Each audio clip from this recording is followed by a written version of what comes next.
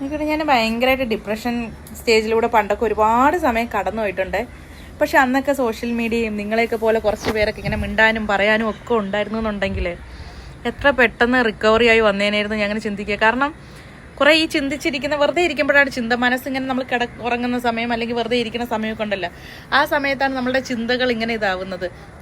അപ്പോൾ നിങ്ങളോട് ഇങ്ങനെ സംസാരിക്കുന്ന സമയം അല്ലെങ്കിൽ ഇതുപോലെ വീഡിയോ എടുക്കുന്ന സമയമൊക്കെ ആ ചിന്തകൾ അതിൽ നിന്ന് പോകുമല്ലോ.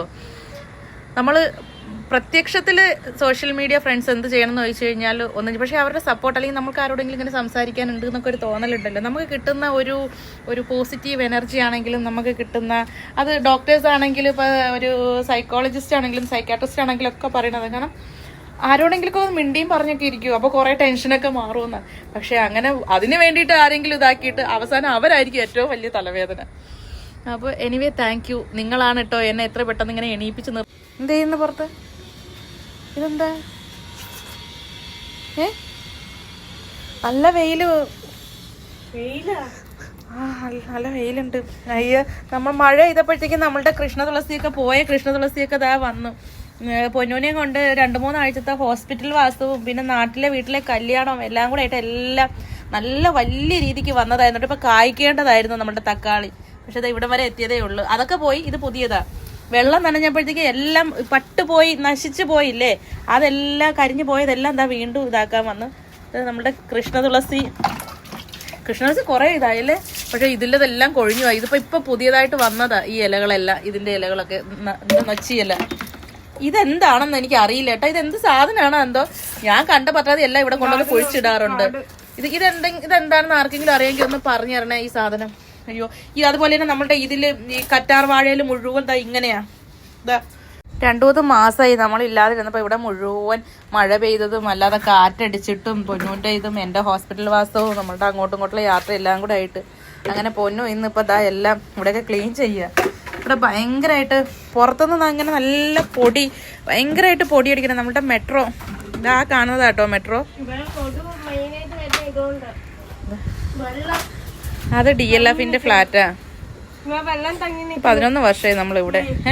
വെള്ളം തങ്ങി നിൽക്കുന്ന ബട്ടൺസ് മാറിക്കേ.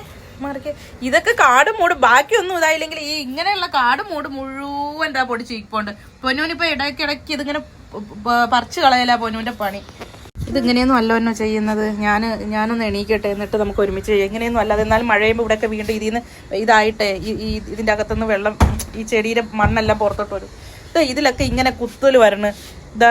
ഇതെന്തുകൊണ്ടാ പറഞ്ഞത്? കറ്റാർ വാഴയിൽ ഇതുപോലത്തെ വീട്ടിൽ ആളില്ല അല്ലെങ്കിൽ പരിപാലിക്കാൻ പറ്റാത്തൊരവസ്ഥ വന്നു കഴിഞ്ഞാൽ എല്ലാം നശിച്ചു പോകും എന്നുള്ളതാ. പിന്നെ നമ്മളുടെ ഫ്ലാറ്റിലെ ക്ലോറിൻ വാട്ടർ ഒഴിച്ചിട്ടൊന്നും ഇതിനൊന്നും ഒരു മെച്ചം ഉണ്ടായിരുന്നില്ലേ. പക്ഷെ ഇപ്പൊ ഈ മഴ വെള്ളം വരുമ്പോഴത്തേക്കാണ്, മഴ പെയ്യുമ്പോഴാണ് ഇതൊക്കെ വീണ്ടും ഇതാവുന്നത്. ഇതെല്ലാം ഇങ്ങനെ ഇതുപോലെ ഇങ്ങനെ കൊമ്പ് മാത്രമായി അല്ല എന്താണ് നമ്മളുടെ ഇതിന് പറയുന്നത്, ഇതേപോലെ സ്റ്റെം മാത്രം ആയിട്ടുണ്ടായിരുന്നത്. ഇതേപോലെ സ്റ്റെം മാത്രമേ ഉണ്ടായിരുന്നുള്ളൂ. ഇതൊക്കെ ഇനി വീണ്ടും ഇതായിട്ട് വരണം. ഇതിന് കുറേ പിരിച്ച് വെക്കാനുണ്ട്. ഞാൻ വിചാരിച്ചത് നമ്മൾ എന്തെങ്കിലും ഓഫീസോ എന്തെങ്കിലും എടുക്കുകയാണെന്നുണ്ടെങ്കിൽ അവിടെ കുറച്ച് കൊണ്ടുപോയി നടണമെന്നൊക്കെ വിചാരിച്ചതാ. ഒന്നും ആയില്ല. കറ്റാർ വാഴ ഇഷ്ടം പോലെ ഇവിടെ ഉണ്ട് കേട്ടോ. ഞാനും ഒരൊറ്റ തണ്ട് ഇവിടെ ആർക്കും വേണ്ടാതെ കിടന്നത് കൊണ്ടുവന്നത്. അതിൽ നിന്ന് ഇങ്ങനെ വീണ്ടും ഞാൻ വെള്ളം ഒഴിച്ച് വളർത്തിയെടുത്തതാണ്. ബാക്കി ഒരുപാട് ഇങ്ങനെ ഇതാക്കിയിട്ട് എൻ്റെ മുല്ലയും റോസും മുഴുവൻ പോയി. ഞാൻ നാട്ടിലും അവിടെ ഇവിടെയും ഹോസ്പിറ്റലൊക്കെ ആയി വന്നപ്പോൾ എല്ലാം കംപ്ലീറ്റ് മുല്ലയും റോസും ഒക്കെ പോയി.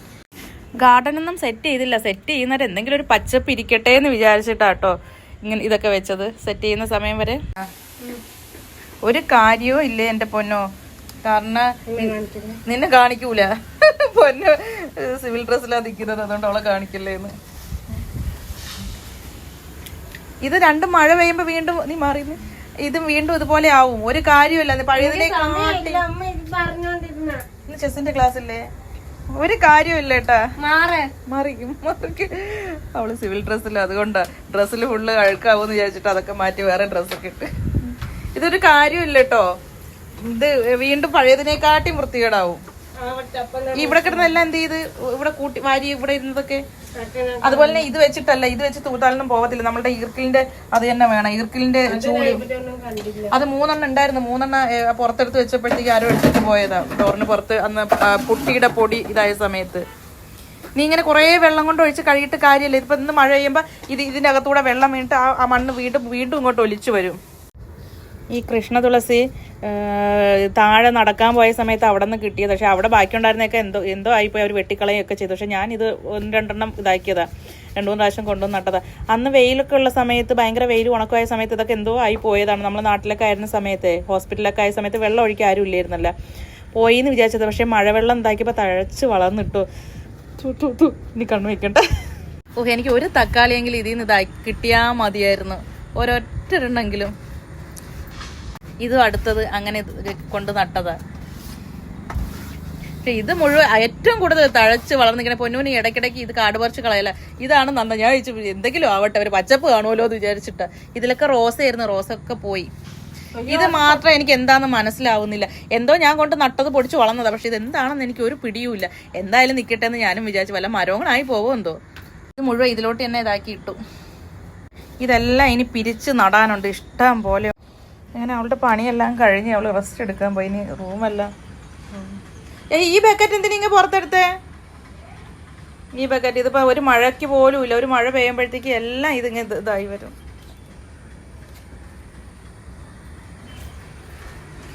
ഇത് നമ്മളുടെ ബാൽക്കണിയിൽ നിന്ന് പുറത്തോട്ടുള്ള വ്യൂ ആണ്. കുറച്ചുകൂടെ കഴിഞ്ഞ് കഴിഞ്ഞാൽ സൂര്യാസ്തമയം കാണാം ഇവിടെ നിന്ന് കഴിഞ്ഞാൽ.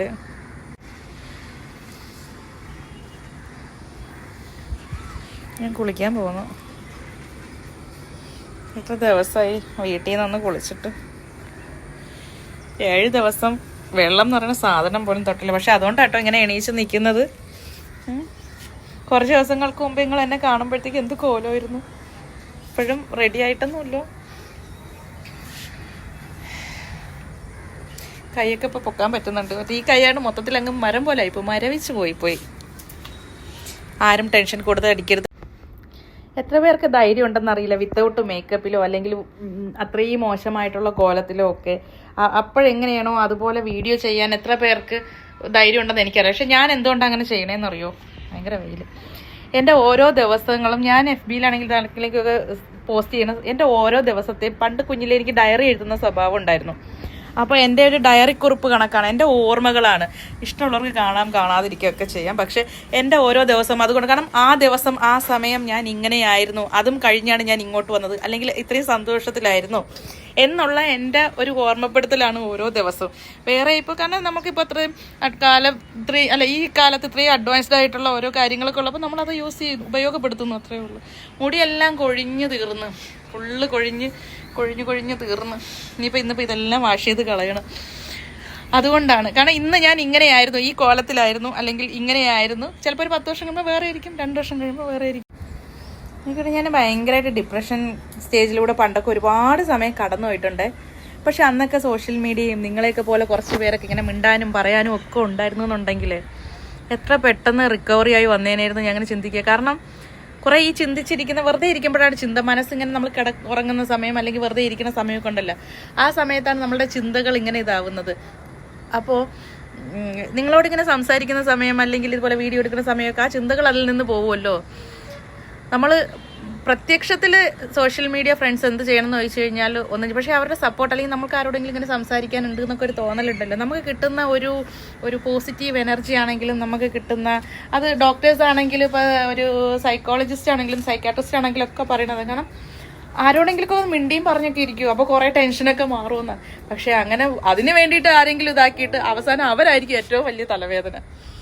അപ്പോൾ എനിവേ താങ്ക് യു. നിങ്ങളാണ് കേട്ടോ എന്നെ എത്ര പെട്ടെന്ന് ഇങ്ങനെ എണീപ്പിച്ച് എന്നും കേട്ടോ, എല്ലാ കാലത്തും, അത് സ്കൂളിൽ പഠിക്കുമ്പോഴാവട്ടെ അല്ലെങ്കിൽ അയൽവക്കക്കാരാവട്ടെ അല്ലെങ്കിൽ എവിടെയാണെങ്കിൽ പോലും എൻ്റെ ഏറ്റവും വലിയ ശക്തി എന്ന് പറയുന്നത് നിങ്ങളെപ്പോലെ കുറേ നല്ല നന്മയുള്ള സുഹൃത്തുക്കളാണ്. സ്കൂൾ ടൈം തൊട്ട് അതിന് ചെറുപ്പം തൊട്ടാണെങ്കിൽ പോലും ഒക്കെ ഇതായി കഴുത്തൊക്കെ നല്ല കറുത്തു, ഭയങ്കരമായിട്ട് എന്തോ പോലെ ആയല്ലേ. 2-3 ആഴ്ച കൊണ്ട് ലാസ്റ്റ് എനിക്ക് പൈലറ്റ് ട്രെയിനിങ്ങിനുള്ള ഏവിയേഷൻ CPLൻ്റെ കോഴ്സിന് അഡ്മിഷൻ കിട്ടിയതാണ് ഞാൻ ലാസ്റ്റ് സന്തോഷത്തോടു കൂടി പങ്കുവെച്ചത്.